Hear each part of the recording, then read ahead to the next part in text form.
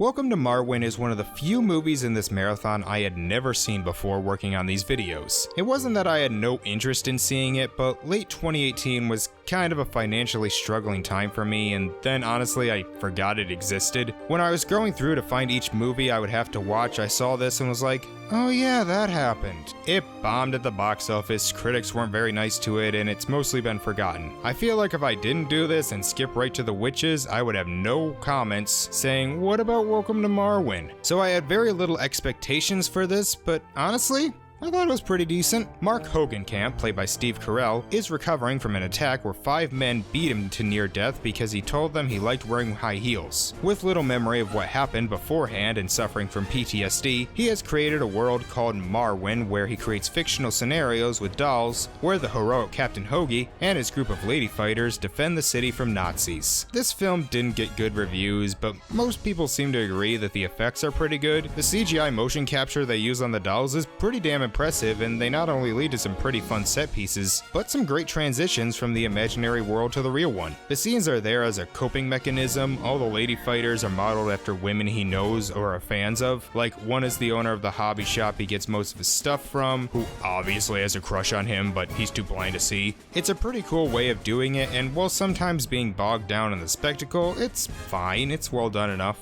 Don't!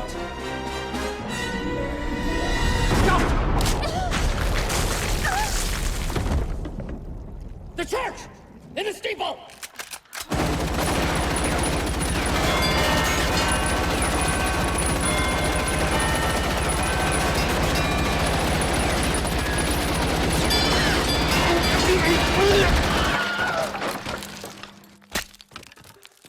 There's also this witch who shows up that I thought was supposed to represent his ex-wife, but not really, and the actual thing it's meant to represent felt a bit forced and maybe a little problematic, as they say. The acting is pretty good. Steve Carell is insanely likable, and the women are all fine. You got Janelle Monáe, Isa Gonzalez, even Zemeckis' wife Leslie, who plays the hot French one. Say what you will about Zemeckis, he clearly loves his wife. I did genuinely feel bad for this guy, and every time he gets triggered, it actually did make me feel uneasy. This is all apparently based on true events. There was even a documentary on it. I'm not sure how much of it is accurate, but I thought it was a fairly good little story. The only real problem I have is the romance is so boring. Well, I say romance when it's really only one side is, as Mark falls in love with his new neighbor Nicole, played by Leslie Mann, and if you're scared this is going to get into nice guy incel type stuff, it really doesn't. But the scenes between the two are so dull and slow the movie down and take up a lot of the second act. And besides that, it is a little too Oscar baity at times and might be a little too optimistic on how easy it is to overcome mental health issues. Not the worst I've seen. I give it a 7 out of 10. It's not perfect, I'm not saying this is a must-see, but it was fine. Probably more flawed than Allied, but I found this a more entertaining sit. Well, next up we head back to the world of Roald Dahl to look at his adaptation of The Witches.